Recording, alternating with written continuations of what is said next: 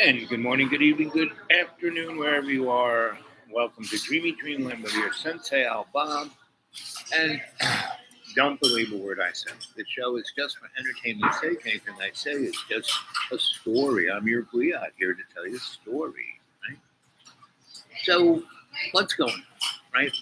Wars, rumors of war, famine, the apocalypse. I don't think so. I think it's more like there was a movie called Wag the Dog where they invented a war that wasn't even happening. It was all on green screen. And, now everything's kind of going on. I mean, it's not like the war in Ukraine is a green screen. It's not like the war in Syria is a green screen. It's not like the war in Yemen is a green screen. Or all the other wars, in Africa, all over the place, right? But what's going on in America, where they went after Donald Trump, right? You know, if you don't believe this is a scripted thing, that Biden and Donald Trump are reading from the script, it's just like the Ukraine is a war on the script. It's just like a war, what's going on in Palestine and Israel. It's a script. I mean, the Palestinians and the Israelis are cousins, right? And the people in power in both places are, hey, you do this, I'll do that, okay? Blah, blah, blah. Because it enables those people to stay in power. Because they're not very popular. But those, in Israel and in Palestine, the ruling class is not very popular. Virtually in every country on the planet, the ruling class is not that popular. So here's a little something. There's a really good program called Alternative Radio. David Bonsignon, it's a alternativeradio.org, and he's been having people give lectures. He records them, and then he puts it on the radio. So here's this. This is Howard. So I took the time to look around. And I'm stuck in that little circle they make. And it's not Howard. Everybody's like, hey. Much more than making pretty pictures. Astronomers are using it to look back 13. But there's probably nothing in the Bill of Rights on which the decision to distribute have been more firm than the right to distribute leaflets on public streets. That is clear. So the answer is an easy one.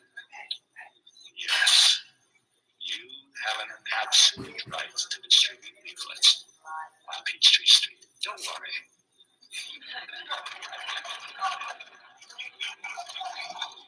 Well, that's what I might have said if I were a real idiot. I was half an idiot, but not a real idiot. I see. Half an idiot, not So real. I had to say to him, well, yes, you do have a constitutional right, but if a policeman comes up to you and says, what policemen say in such situations, you can imagine what policemen say. This is Howard. He was teaching in a black school in the 50s and 60s. And these people wanted to leaflet downtown Atlanta, right? This black the school. sight of people distributing leaflets on certain subjects on public streets. And the policemen say, I don't believe you. So what do you do then? Well, obviously, the policeman, is not quite aware of the Supreme Court decisions. So you say to the policeman, sir, I think I should inform you that I have an absolute constitutional right to do this. Marsh versus Alabama, 1946. At that point, the situation is very clear. You have on your side the Constitution of the United States and the words of the Supreme Court. And the policeman, all he has is his club and his gun. You can take that and that stands for so much. That tells so much about the difference between words on paper and the realities of power in the world. Now, what happened, of course, in the civil rights movement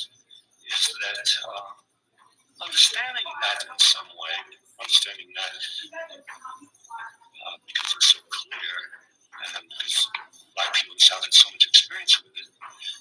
They didn't wait for the Supreme Court to come to a new decision on the right of black people to sit at lunch counters. In fact, the law was against that. If you study constitutional law, you know that the law, by 1960 and early 1960s laws had been set down in 1883 in civil rights cases, and private entrepreneurs, private restaurants and hotels were not covered by the 14th Amendment. And they could discriminate, and you had no constitutional right to ask for service at a lunch counter or a hotel or any public place. So what did they do? What did those sit-ins? That was a situation when those kids sat in Greensboro, North Carolina in February 1960. That was their situation. That was a situation for all the subsequent sit-ins all over the Deep South in 1960 when sit-ins spread all over the South. They were going against the Constitution, but they won. They succeeded. One after one, against they went out on the demonstrations street. and persistence and mass arrests and television pictures going around the world and embarrassment and so on and boycotts and trouble. Places gave in. So that's why when you see in the wars on Constitution, no Ukraine, Russia, constitution, whatever. all the countries, Right? Saudi Arabia, Yemen, Movement you that don't was to get to create pick a power theory, you don't as get to a pick what's countervailing really power going to on. the policeman with the club and the gun. And that's essentially When what Libya, when countervailing NATO powers, took they created Muammar reality out, you didn't really see what to was going counter on. that reality of power, which is much more important. That's written down in the Constitution of the laws. Listening to Howard Zinn, Second Thoughts on the First Amendment. This is Independent Alternative Radio. You can get copies of this program and the classic Zinn books, A People's History of the United States, and You Can't Be Neutral on the Moving Train. Just call us at 1-800-444-1977. Again, that's 1-800-444-1977. Or go online, our website, alternativeradio.org. That's alternativeradio.org. Okay, So let me say a little about the First so Amendment. that's Howard Zinn, the man who wrote Howard Zinn's American History, and The garbage has reached the limit. Basically, the time. so my phone is. Anyway, so what's going on? It's obvious that pretty much, as we were going from the 20th century, 21st century, that was the time when the powers that be realized they had to rebrand because between why was the Civil War, why was the Crimean War, why were those wars, why was the imperial business structure through Africa and South America. What was going on in all of those? It was in that turn of the century, from the 1880s, to the First World War, 1918. Everything kind of got changed, and there was a thing called the mud flood. You should go check that out. Right? Chicago, the fire. There were two fires. One was before the Civil War when Chicago became a boom town and it was wood, and they called it the Windy City for a reason. And Mrs. O'Leary's cow did kick over the lantern, or somebody did, and it was a real windy day, and they had no fire department, and all the buildings were made out of wood, and it was a dry spring and summer, so everything was dry, the grass, and Chicago burned. But 30, 40 years later, just after the Civil War and the military-industrial entity that was the Civil War was going gangbusters. They were making tons of steel for cannon and guns and you name it, and then the war ended, and they wanted to keep that money train going, so they built the railroads. And the railroads were that's why the Indian Wars it was just a continuation of the Civil War. And the push of putting the railroads from the East Coast to the West Coast was like a military, they took that same industrial might, and also all the guys who were in the army just got out of their uniforms and put cowboy outfits on and pushed, and they had the, black slaves, but they weren't slaves, but they were treated that way. They had the Chinese that definitely were treated like slaves. Anybody else, Irish, traded like slaves, In America, you're going up a social ladder. And the black man, after the Civil War, was like on the third or fourth rung, right? And if you were white, like the Irish, when they came over, they were treated worse than dogs. There were signs saying no Irish, no dogs, no N-word, right? And but give it 30, 40 years, and the way Irish would, repopulated the major cities, Boston, New York, Philly, especially the East Coast, they became a political power. That was, Tammany Hall, and we, the big lie has been there forever. The steel, stop the steal. The steel has always been there. This whole thing isn't just about Donald Trump.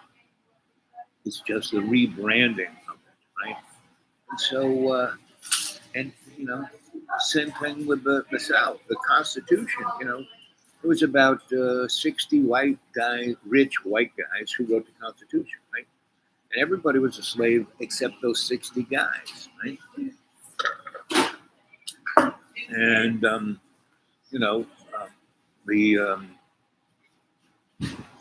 Second Amendment, said, have a orderly militia. No, that militia was there to basically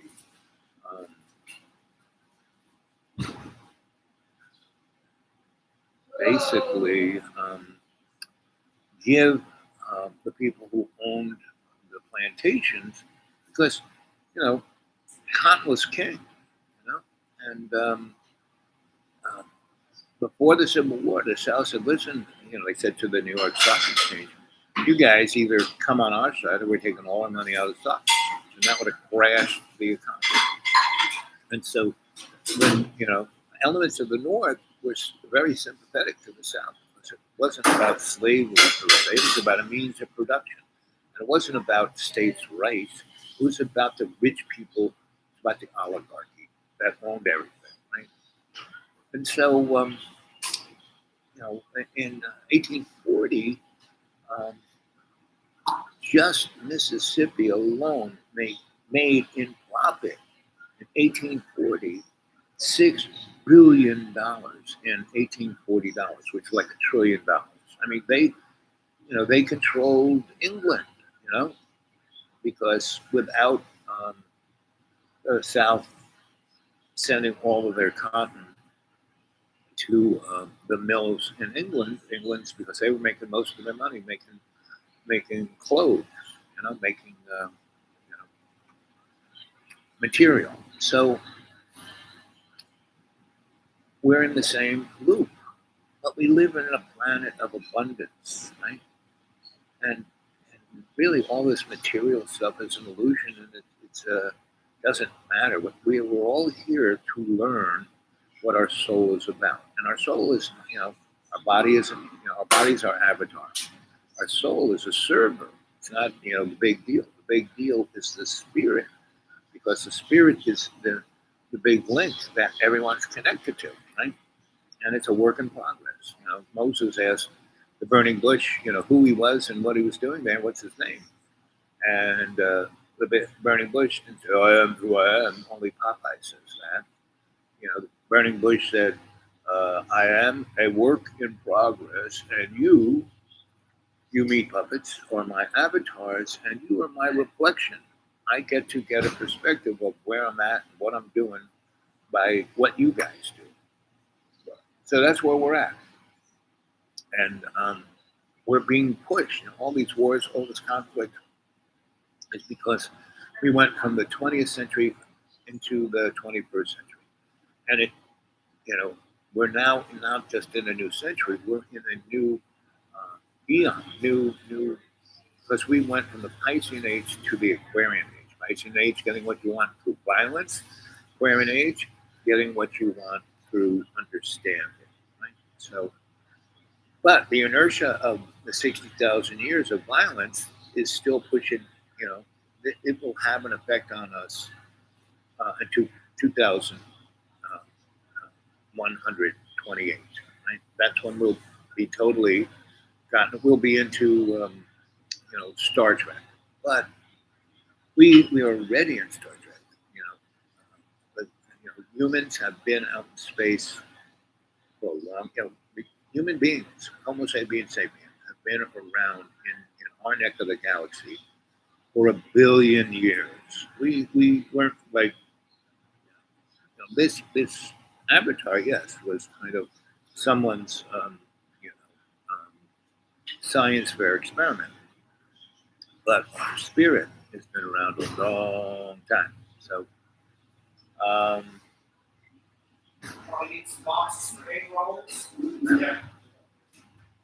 so that's kind of where you're at, right? And you are the decider. You get to decide, but you have to stop being the reactive character, because every time you're the reactive character, you're just being played, right? I mean, you're all about having guns and don't tread on me, all the rest. But if you don't get treaded on, two major things, conscious intent and conscious awareness. Conscious awareness, you know where your 20 is, where you're stepping, where, being perfect timing, right? Most people are out of time. They're either too soon or too end. They don't land just right. So they twist their leg, or they come too early, or, they don't land correctly, in the Olympics. And she stuck it, right? Because that person knew they're 20. They were flipping around, zipping around, defying gravity, whee, and then whang up. She lands like a spear in the ground, right? And, the other conscious intent, aware is knowing you're 20 and you're 360. So you don't want to be treaded on. You keep your 360 aware 3 blocks around, and you see that moron 3 blocks away. You walk away. You're not there when they show up, right? So they never, most people get into trouble because they let things get in their grill, right? Just don't let things get in your grill, right? And if you can't get out of ways, see them coming long enough so you can figure out, okay, what's my exit strategy and how am I going to innocent folk out of harm's way? And the number one innocent person is you, right? How am I going to get myself out of harm's way? Right? And I may pick up a few and get them out of harm's way too, but number one is me. And so, and you don't get out of harm's way by, shooting your way out. No. You get yourself out of harm's way by either talking your way out or not being there, right? And talking your way out is you've got to figure out what you're going to say before you say it, so you can say it and drop the mic and walk away. And when they're like, so that is what most people don't do. Most people are so stuck in their emotional grip of fight or flight, and they never go anywhere with it. So here we are, look, 18 minutes and 18 seconds. Good morning, good evening, good afternoon, and welcome to Dreamy Dreamland with Sensei Alba. And what are you here to do? Is to hear it. And I first want to thank everyone who has donated to my PayPal. I got something last week, $10. Thank you very much. But I could really use some more because I have, we're in the middle of the month and I got pennies, right? And why, you can get a hold of me at the dudewake42@gmail, dudewake42@gmail, dudewake42@gmail. And when you put something like PayPal, they'll ask you, and the address you give is the dudewake42@gmail, right? And a lot of people talk to me on the Dudewake, and I try to get a hold of them when I look at the email. And if you don't hear from me, you should kind of just drop another email saying, here I am, I emailed you a few weeks ago and blah, blah, blah. And then, I would pick up. Right? But I don't get to look at my email every day or 16 times a day. I get to maybe look at it 3 times a week. And I got a ton of spam, I got a thread, I get a lot of stuff, so I may not notice you. It's not like I'm ignoring you. It's just that, oops, a lot of stuff is going down the lane, right? So, let's see. Mm.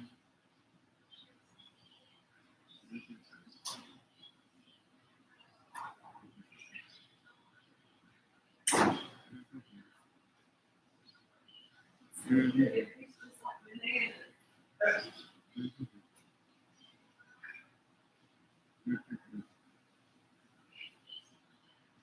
Mhm. Mhm. Mhm.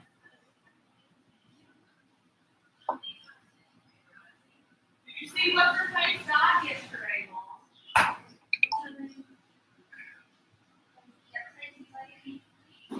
Sheila, her finger died. Her finger was in a box. The detective had her finger in a glass box with a ring on it. So she's dead. Done the car. The DNA. Mhm.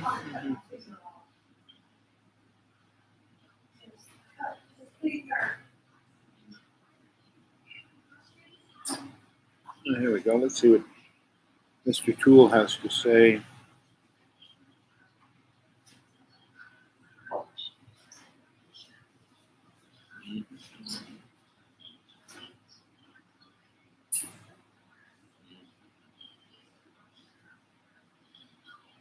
There we go.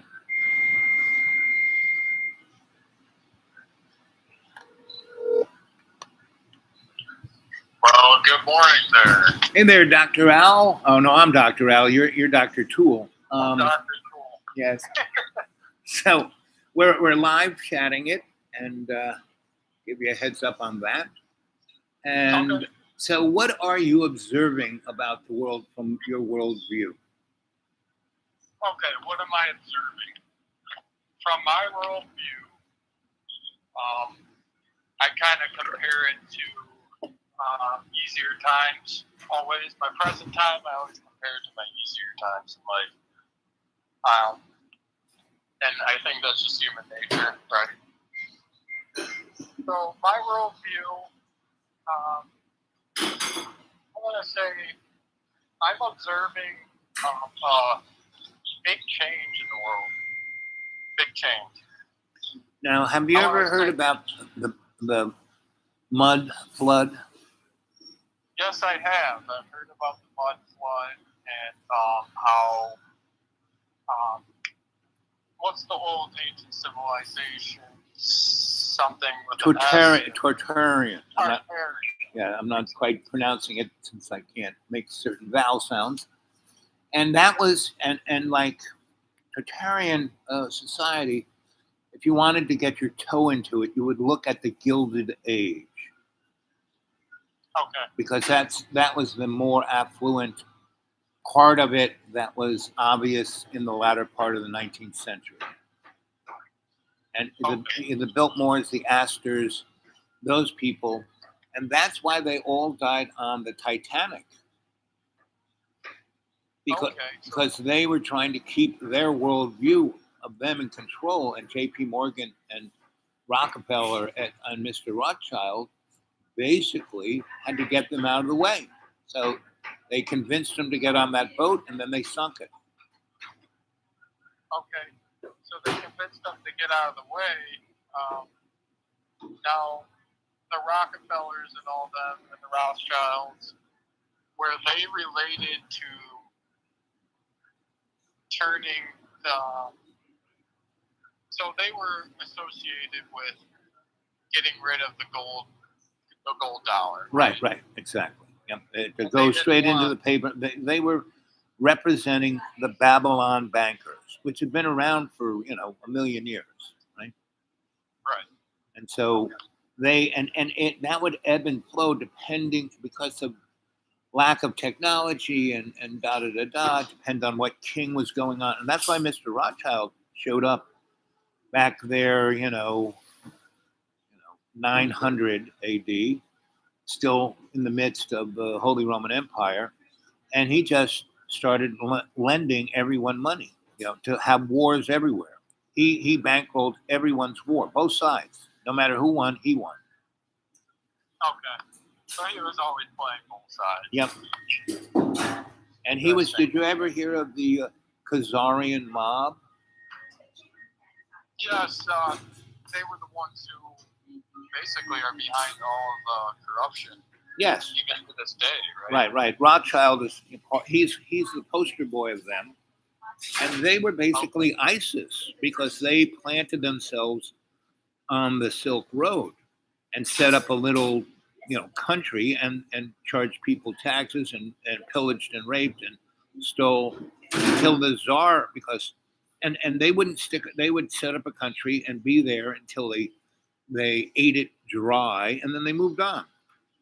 And so they were really the virus of what is now the imperial exceptional corporate state. Okay. Gotcha. So my question is for you. Right. Out of all of this information, because I look into people, I always study on this type of information too, just like you. But I have a problem getting too much information. Yeah. Right. It's hard for me to talk. I know things, but it's hard for me to talk about it. And I want to ask you personally, what do you do to take the most important information out of all of this and memorize it and stick with it and be able to relay it to other people? Because that's kind of something I've been struggling with. Well, I'll tell you the secret to it. First of all, I've been doing it a long time, since I was infant, right? And it wasn't until I was 50 years old that I realized that I thought everyone felt and thought like I did. And it wasn't until I was 50 that I realized, no one does. Maybe a handful of people, but even they don't feel like me, right? And one of the reasons is because I am very naive. I believe everything people say, period, right? Because I don't lie, cheat, or steal. Because I realized that, like age 4, hanging out with kids in Harlem, that lying, cheating, stealing had no upside. Even if you got away with it, there was no upside. And it wasn't like God was watching, It was just, there was no upside, right? No physical upside, right? And at a certain time, you're going to get caught, and that's going to be it. So I was always coming from that point of view. And when you come from that point of view, you're looking at the other because you see yourself as the other. And so instead of being exceptional and taking advantage of other people, you see them as family, as all our relations, right? And so that's the bedrock of it. And then by coming from that place of unconditional forgiveness and love, things resonate truthful and important and honest. And if the thing that you're hearing or watching or trying to understand isn't coming from unconditional forgiveness and love, then it's an illusion and worthless. So that's all you have to do is look at that. Okay. And turn yourself into that tuning fork, so you can get that. Yeah. Okay. Yeah. So maybe that's kind of a missing link. It might not be my time, right? It might not be my place right now. Well, no. The real deal is that to manifest that, there are two things: being conscious intent and conscious awareness. The conscious awareness is knowing you're 20. Most people are just before they should step or just after. They don't step right on their mark, right? And that's knowing you're 20.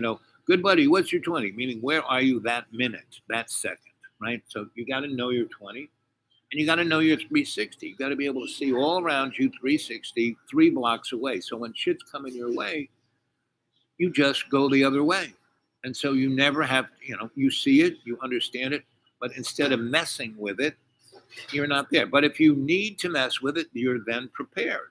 And most people, 89 to 95% of the people, they let shit get in their grill. They don't even see it coming, and bang, oh, they get knocked over.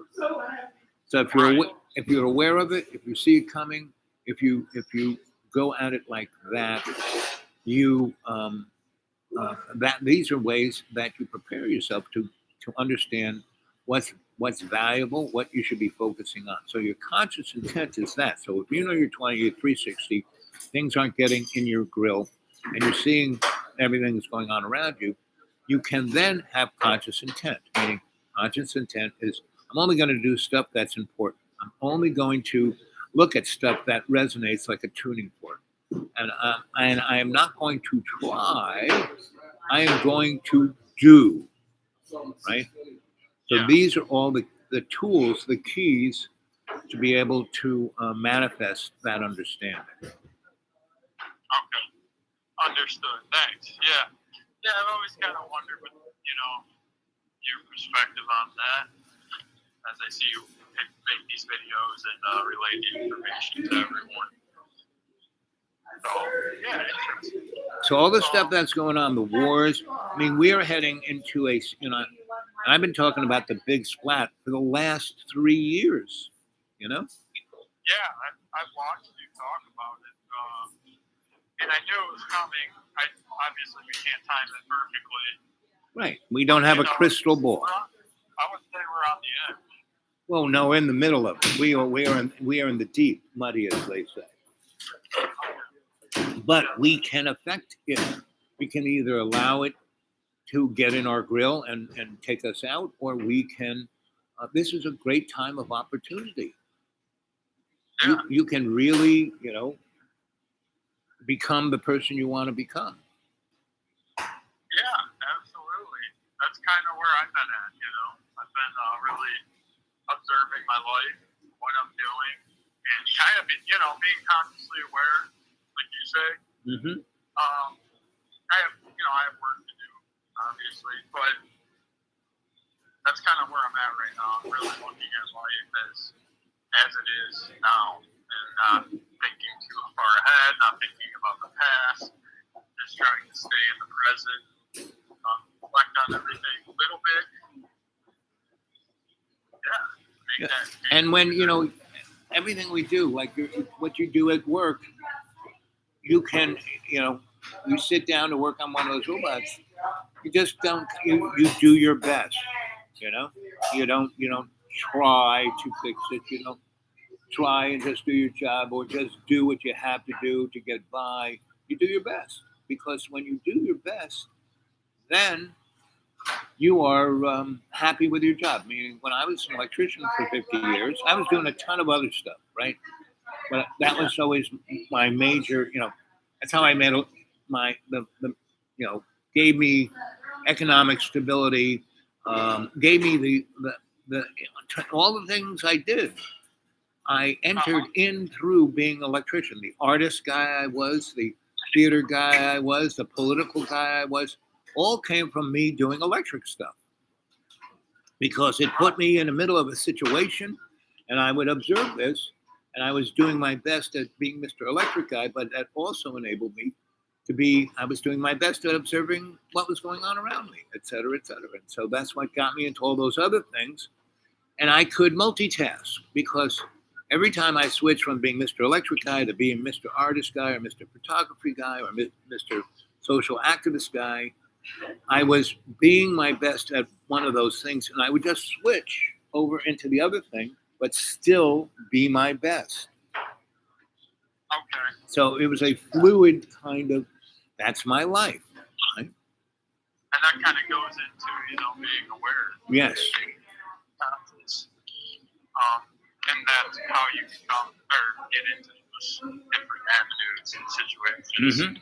Mm-hmm. And instead of, and most people, they're so clunky going from, switching tracks that they either derail or they just bump along, They don't smoothly switch into this or switch into that or switch back, So, Yeah.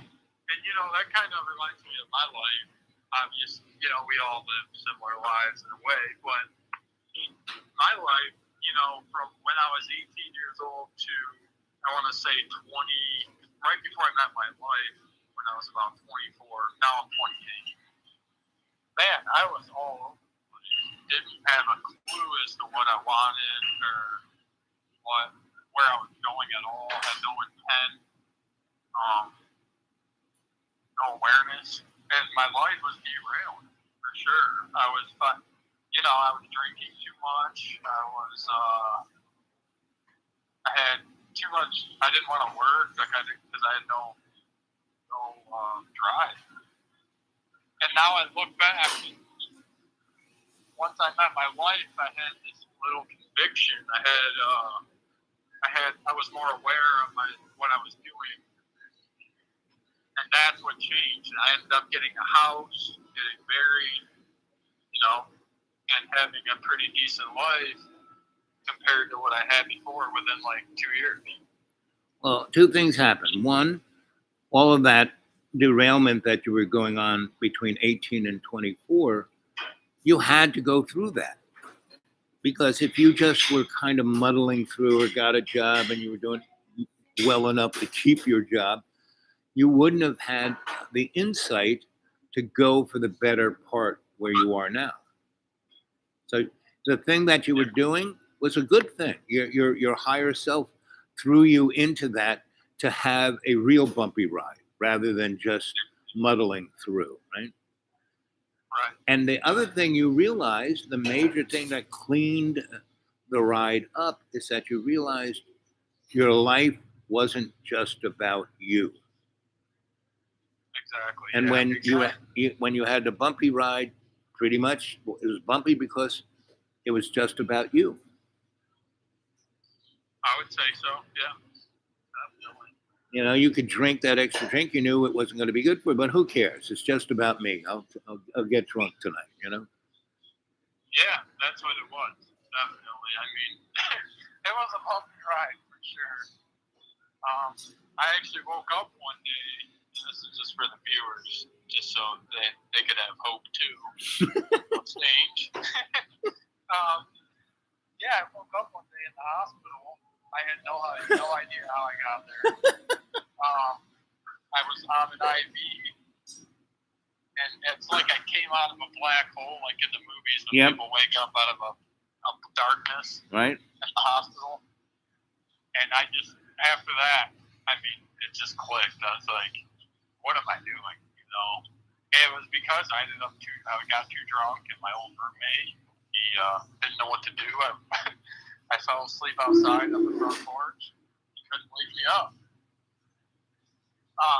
But anyways, that's my story as far as. And you were lucky because most people who really go, I mean, where I am in the mountains here in you know, Appalachian, the folk have been taken so far advantage of. I mean, these are great people, and they've just had the wrong end of the stick for the last 300 years, right? And so they're basically, and they really, you know, if you want to see what imperialism is, you come to West Virginia or the Blue Ridge Mountains of North Carolina and Georgia, or the Appalachians of Kentucky and Virginia and West Virginia and Tennessee, and it's like you're in Africa, but instead of black people, it's all white people, but they're being treated the same way. Yeah, they live in, extreme poverty and Right. addiction. Right, exactly. And it's just gotten worse. I've been here 20 years, and I'm up in the corner. I'm in this really squirrely tip of Tennessee, where right over there is North Carolina, right over there is Virginia, right over there is West Virginia, right over there is Kentucky, right? So like within 30, 40 miles of me standing right here, I'm in any one of those states. And they're all, you couldn't tell the difference because the economics and how people are treated are the same. But their politics are somewhat different. And it's also a very squirrely, energetic, spiritual kind of place. the energy of the because this is where the Cherokee were, and they were the most successful at interacting with the white people. But they were so good at it, the white people said, "Oh, stop living in those hogans, live in a house." So they went, they were making some serious money with the French, giving them pelts, and so they would go to Europe to make the deals, and because they didn't want to get ripped off, so they went straight to, instead of having a middleman, they went straight to the person who's going to buy the stuff and got the good price. And they saw what the French guys were wearing, the frilly shirts and the silk this and the satin that, and they came back wearing that stuff. And you know why? America, the South has the white columns on the big houses. It's because the Cherokee brought it back to America. They were told don't. So they built these amazing plantations. And people go, well, Cherokee had slaves. Well, they didn't have white slaves because they would economically move into an area and take it over, and there'd be people there. And yes, they were kind of their slaves, but they were more like indentured servants. And the Cherokee allowed all the people that were like their indentured servants to work their way out of it. If they were really hustlers, go-getters, they could become as rich as the Cherokee. And that is why Thomas Jefferson obliterated them, because they were better white people than the white people. Okay. Yeah. And that kind of shows their current state. A lot of these, what are they called? Indian reservations. Right. They have major addiction problems, and they're thrown into these reservations. Because they're minimum security prisons, and that's everybody around here has been in jail, and then they're put on probation, and they're on probation for the rest of their life. So they're like, even on the outside, they're in jail, and they're not given any work. And then they hurt their leg, and instead of giving them the proper medicine or medical care, they just give them OxyContin. So that's like 20 years ago, that place that I'm between 4 different counties and 2 states. I mean, if I had long enough legs, I could put a foot in each one. And when I got here, there were 19,000 people who lived in that neck of the woods. And it was still a pretty successful truck farming area. Well, Monsanto, Bayer, Maymead came in and made a monoculture of it. And so everyone lost their job. And they just started, doing handyman kind of stuff. And with, from 2002 or 3, when I moved in here, till now, the population went from 19,000, and the average income was $22,000, and that was pretty good, right? Today, the average income is $3,000, and there's only 2,500 people left. Oh my God, that's ridiculous. I mean, that's genocide. Yeah, literally, yeah. And so I understood this, and I'm a social scientist, and I documented it. And it was the violence was as bad as inner city, but it's extremely rural. And so, and I went to all the powers that be, the politicians, the bankers, and they knew it. They were doing all of this on purpose. And they would just say, well, you're a highly educated, you're a white boy, you've gone to all these amazing places. You're higher class than I am. Why are you upset at this? This is a business plan, Yeah, that's all they care about. Right. And so that is the real problem that we're moving into, is because we have to transition from the business plan to the plan of love's co-creation. Right, and I would say that's the exact moment we're in right now, right? Yep, that's where we are. Old world, and we're now in the new world order. Right. Society. And that's why they are double downing on this big time, because everything's in the stars. And after 2012, we were no longer in the Piscean age. We're totally in the Aquarian age. And they have to kill off all the youngsters, all those calico kids who are like a different type of human being, right? And that's why, in 1972, 1 in 10,000, no, 1 in 1,000 had autism. And there was only one kind of autism, right? Now it is 3 in 10 have autism, and there's a whole spectrum. And it's the fact that these kids are being born into a, unbelievable soup of chemicals. I mean, you and I were also born into that, but not as bad as it is now. And now we have chemtrails and HARP and a whole ton of other things that are affecting all of this because they are doing their best to squeeze that out so they can have the New World Order. But they are so desperate. That's why we had a pandemic and wars, and now we're going to have food shortages, and 1 billion people will starve to death by this time next year, right? And there will be 10 to 15 million people who starve to death in America. And it's not like they won't have food. It's like I get a box of food from the food bank, right? And I open it up, and all it has is sugar-coated cereals, Little Debbie's, and white rice and mac and cheese. Everything that'll kill you. Yeah, everything that'll kill you. So these people will be eating that, but they'll be dead from eating that. Right.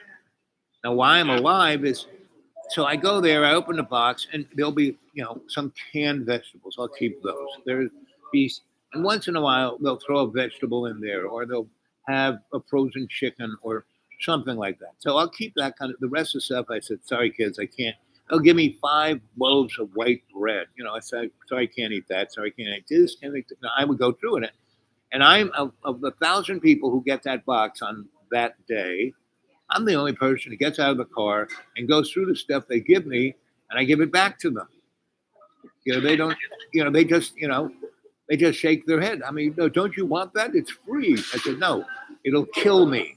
I don't care that it's free, And then I'll start talking to them. So why did the government give it to you to give to me? Why did you get it for free? Because they're trying to kill a certain population. You're taking 3 of these boxes back and feeding your kids. They get white bread 24/7. So some guys kind of listen to what I say. The others kind of just walk away. I don't really tell people things unless the tuning fork tells me that they're ready to listen. Right. Yeah, you can always kind of read people if they're. Because some people, even that I come to contact with, I can talk fluently, but others, it's like they can't hear it. So now that you are married, how long have you been married? I got married last year in November. Okay. So you guys have any kids or planning to have kids? We plan on having kids in about 2 years. We might only have 1 or 2 kids. I mean, whatever. We're happy with anything, but Well, I would suggest, and this might be a good business plan. We're going to go to a 10-year period because they're trying. Another way to disrupt us is to have these culture issues, right? And so, the Christian right, really did not care about abortion until Newt Gingrich. I mean, it wasn't on their thing. The other interesting thing is that the Republicans have been the liberal party in America until, Bill Clinton. yeah, it was the opposite. Because you look at what's really amazing, Medicaid, Medicare, the EPA, OSHA, all of those kind of things that are trying to protect the public were all brought to us by Richard Nixon. And that's one of the reasons why he was thrown under the bus. And that's why, isn't Trump and Nixon Buddies. Yes. But, and not only that, they are very similar in that they were smart guys that were turned into psychopaths. And Trump already was a psychopath. Nixon wasn't. Nixon was a nice guy. Nixon was, he came from a poor family, and he was always the smartest guy in the room. He was always moving up, right? And everything. Trump was born with a Ku Klux Klan spoon in his mouth. His father was the head of Ku Klux Klan in Queens and New York, right? And so, and when they had the big Nazi party in the 30s, that was thanks to Donald Trump's daddy.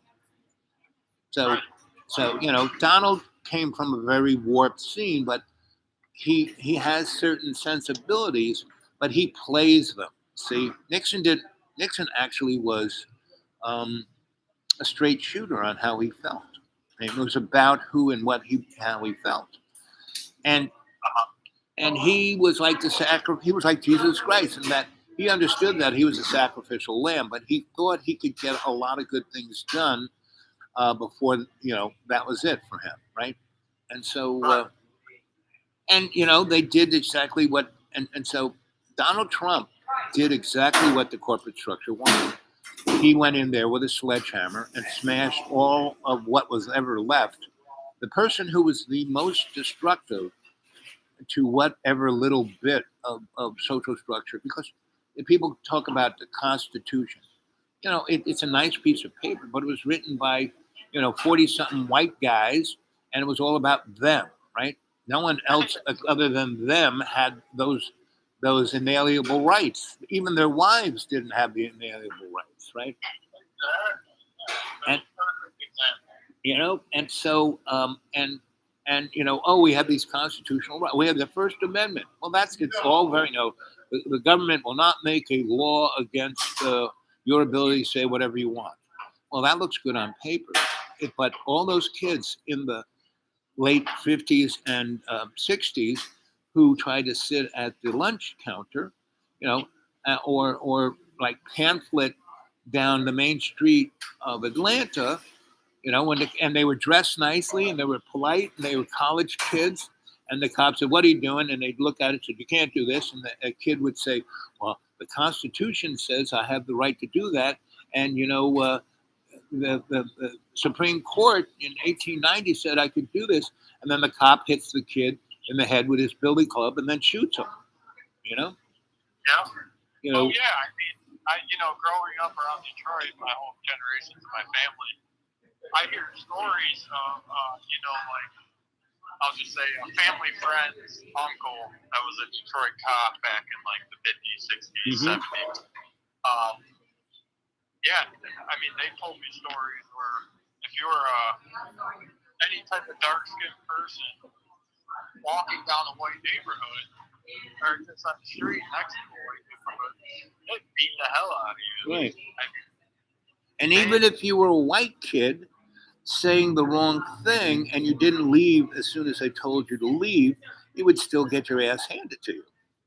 Exactly, yeah. Right. Because all those people, meaning all the kind of rights we, like economic rights, unions and most people work 7 days a week, 12 hours a day, meaning the 8-hour, 5-day work week wasn't just given to us. That was fought for.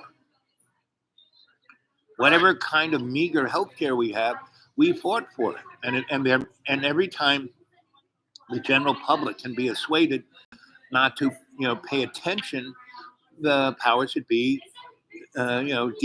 deassembles whatever rights they may think they have. Did you ever listen to George Carlin? No, I have not yet. Well, he's all over YouTube. He started talking this way in the 60s and then 70s and 80s, and by the 90s and to early thousands, man, he was like going at it, and he had HBO specials. I mean, he used to just talk, do shows in colleges, and they would, he'd have records. But from the 90s all the way through the early 2000s, he was very, very popular, on HBO. So he had a very wide. So you go on YouTube, George Carlin, he's all over.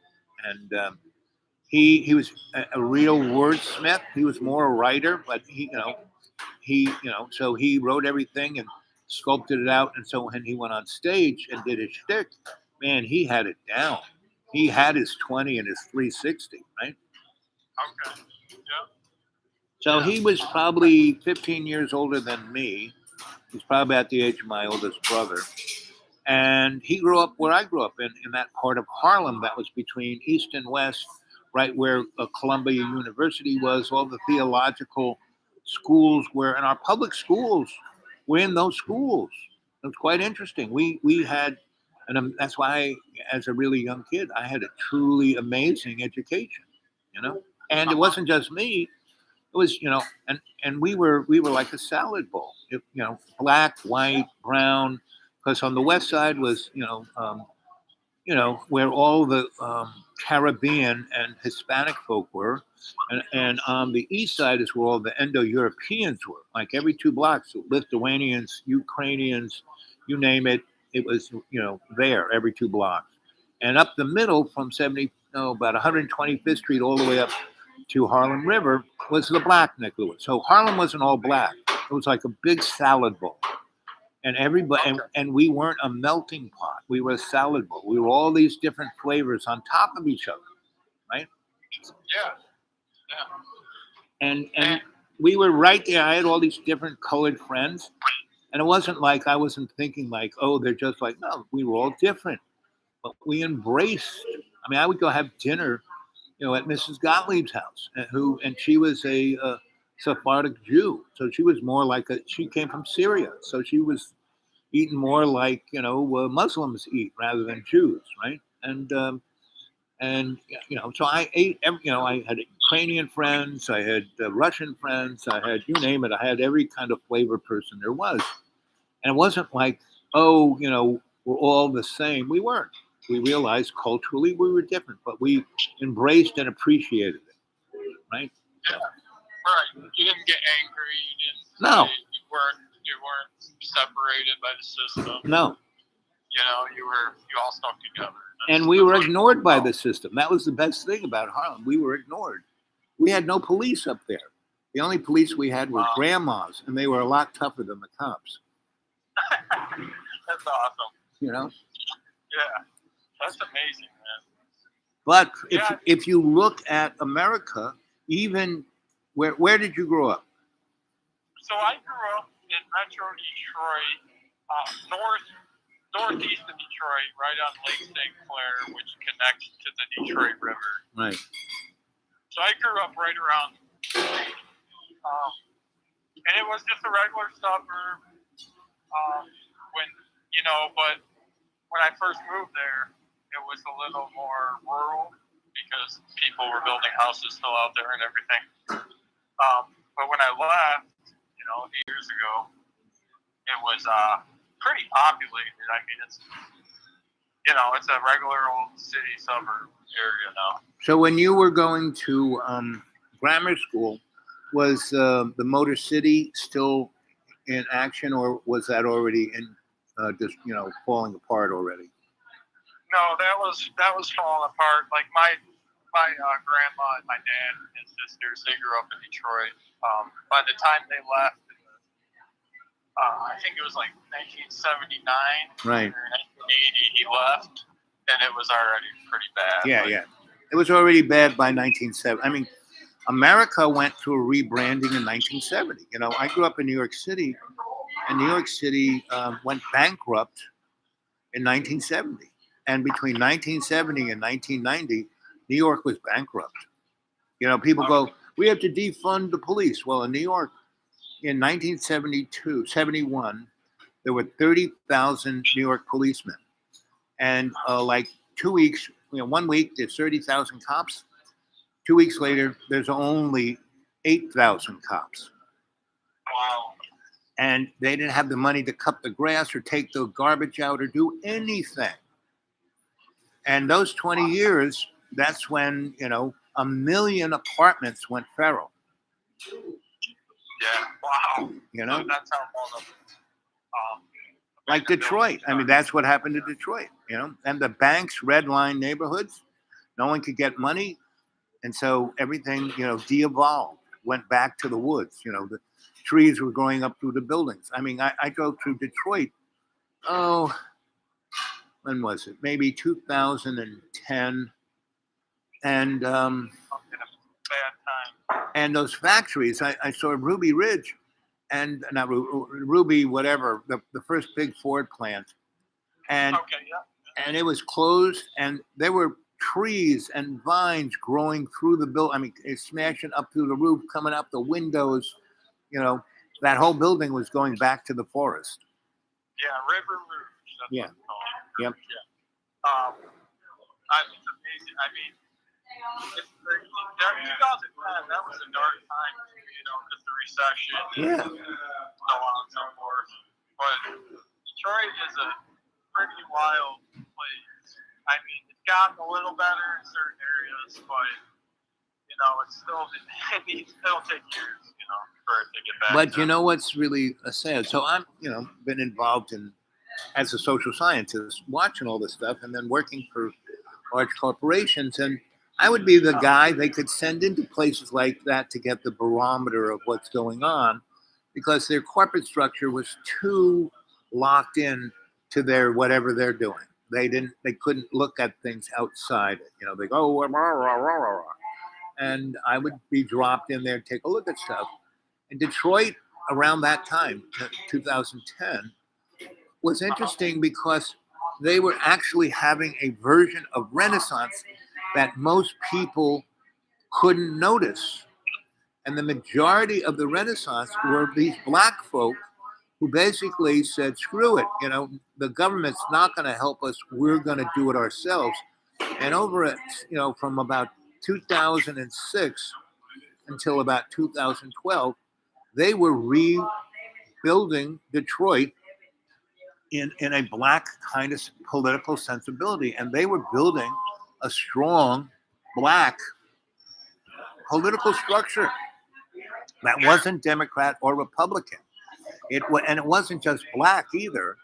It was, helping the disenfranchised of every nature, every color, every, white, black, yellow, you name it. And they were building it. And what happened was they couldn't, the rich people came in and tried to bribe them like they had been doing for the last 100 years. And they couldn't bribe these people. So they murdered them all over a year period. About 30 of these major leaders of this, and not just in Chicago, but in that whole, neck of the woods. And Detroit and Chicago. yeah, yes. Well, from Detroit into Chicago, that whole Illinois and those 3 states there. These guys were brilliant strategists, and they were seeing the big picture. What they would do. They realized that they could do it in Detroit and that whole area. They could do it in the rest of America. And they had built the foundation, and they were moving on to the next step. And that's when they couldn't be bribed. They couldn't be bought out. They couldn't be blackmailed. And so they were all assassinated. Not all at once, but over a 2-year period, the major 20 people were gone. Oh my God. And no one's ever written anything about it or spoke about it or anything. Never heard of them Right. at all. And you came from that neck of the woods. Exactly. Yeah, I mean, right now I live about 5 miles from Detroit. Right. Well, if I was a young man, I would go into a place. I mean, like when I was, in my 30s, I went in I was a New York boy, so I went into all those places in New York that were destroyed. But when I was a little kid, I remembered they were really great. And I kind of did what those guys did, but on a not such a grandiose scale, Yeah. Right. And I just took care of 6 neighborhoods, and we the 12 of us just planted seeds, and then instead of being I want to be the boss, we then looked for younger people than us that we could teach how to do it, and we left it in their hands. And that is how it should be done. Right, exactly. I mean, look at our Congress. I mean, all those morons are in their 80s because they're grasping onto power, with their dead hands, right? They can't let go of the power. Right. Oh, it's disgusting. Yep. But that's what it is. So that's why they're being, see, all of these people, Donald Trump, you name any one of those, anyone that you can see is a poster boy, and they're being used, So Donald Trump is, look, he worked, the only time he ever made any real money without lying, cheating, and stealing was when he worked for GE as a game show host, Right, yeah, exactly. And, first they paid him every year they paid him $10 more million. In the last 3 years, they're paying him $100 million a piece. That's the only time my God. yeah, for doing that stupid show, because he was the apprentice. They were training him to be president, Oh, okay. and because he did exactly what on that TV show. He got them to do stuff, and then he fired them all. Yeah, exactly. He did the same thing he did on the TV show he did with our government. And he took a sledgehammer to our government. Yeah, he did. My question is, why was he trained to be in that position of power, and then is it him saying, I'm not gonna listen to them and do what I want because of his ignorance? No, he did exactly what he read the script 100%. He didn't go off script. He's still on script. Okay, so he's still on script. Yes. And that kind of made me think about what happened with the FBI. Yes, that was totally scripted. Yeah, because that's only going to make people on the right love him more. Right? Because bottom line, what was happening was people were getting disenfranchised with Donald. They were getting bored with him. He said the same thing. They stole the election. He kept saying the same thing. So they did this on purpose to, give him a new thing to go on about. Okay, yeah, which gains him more attention. Right. Makes people vote for him that don't know anything. And it almost looked like the Democrats, like I said, the Democrats have always been the scumbags of our political structure. And the Republicans, since the Civil War, were the liberals, right? So they destroyed the Republican Party, and the Democrats are still the scumbags. And every time anybody steps up to be a good guy, so the Kennedy brothers got in there because they were the worst scumbags. But they started doing psychotropic drugs. Jack Kennedy, when he became president, why he looked so good? He was on every drug there was. He had because he was a sick guy. He knew he was going to die relatively soon. So his doctor was Dr. Feelgood, and so he was taking every kind of drug under the sun, and he looked good. He looked like a movie star. He was hanging out with Frank Sinatra and all those guys, the Rat Pack, and so he looked good. When really the best guy to be president was Richard Nixon. When they had the debate, Jack had a tan. He looked really great, and poor Nixon, under the lights, was sweating like a sponge, and you could smell his fear over the TV, so and still they had to cheat. The mob had to put their thumb on the scale. Nixon actually won that election. Yeah, Nixon won. Right. But it's still, right, because Kennedy's dad is basically a mobster. And Mr. FBI, he was totally in the mob, and he's the guy who started blackmailing all the politicians. Having the mob guys take them out and get laid, go to parties, make movies of them having sex with donkeys. And so, they that's how they control the political structure, all the way from president down to dog catcher. There isn't any element of our government that isn't corrupt. We have the best legislators money can buy. And locally too around here. Everywhere. That county. Right. Everywhere. I know judges were involved. Right. Mob and everything. And so you shouldn't be.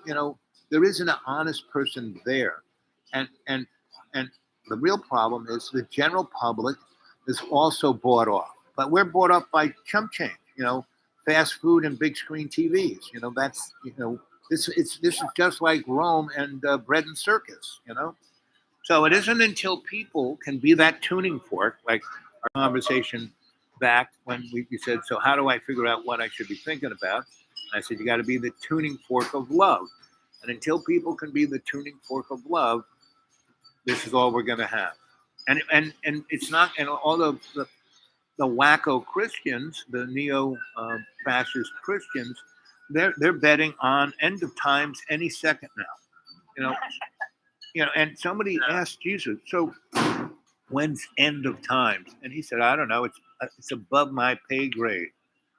And he said, it's surely not going to happen anytime soon. And that's the representation of wanting to die. Right. Christians want to die. Because you're not going to step up to your life. Yeah, because they want to just hide away. Right, and die. Right, and I'm gonna just keep quoting this comic book here, and by doing that, I'll get into heaven. Yeah, right. So, have you ever seen John Boy, the guy who kind of put me on YouTube? Yeah, actually, it's funny. I want to tell you that story. So I was just scrolling YouTube. I came across the Chrome story. Right. Your old Chrome story. Right. And I was like, wow, that's a great story, very interesting. So I looked at your video. Somehow I found out about your channel. Right. And then I went to it. And then I kind of stuck with your channel. Right. I do look at John, so sometimes just to, Well, what he is, what John really is, he's very interesting in that he is the canary in the coal mine. He really represents what's going on with the poor American public. Exactly. He's like a representation, right? Yep, a comic book character, right?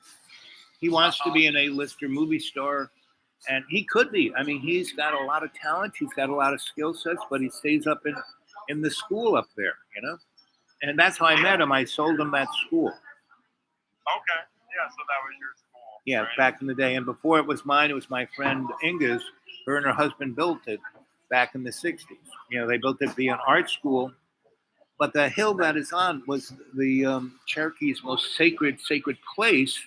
And so there's a lot of unbelievable sacred energy there. And the hill doesn't know what people want. But it's like a genie's lantern. You go up there and it's really beautiful. And, so you start to party. And so the hill goes, oh, they want to be drunks. So it turns everyone into a drunk. Oh, they start doing drugs. Oh, they want to be drugs. Oh, they want this. And very few people realize what it is and shoots for the more positive side, right? Yeah. So I had that place for about 15 years. And so that's why I didn't die. Meaning that's when I was my most deepest into hedonism and money and working for the corporate structure. And I was and I wasn't.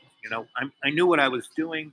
I was aware, I had my 20 and my 360, and I spent 40 years, serving Love's co-creation, doing all this amazing stuff to try and change the world, and nothing changed. I helped a lot of people.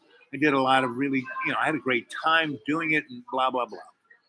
But when my second wife died, and she and I, New York was our town, and I had to leave, and New York was my town. But I had to leave because every place I was in New York, people would, because we were such a couple, a year after she died, people still said, oh, I feel so sorry for you. I just shut the fuck up, leave me alone, Yeah. So I had to leave New York. And that's why I left. And so then I hid in the Ivy,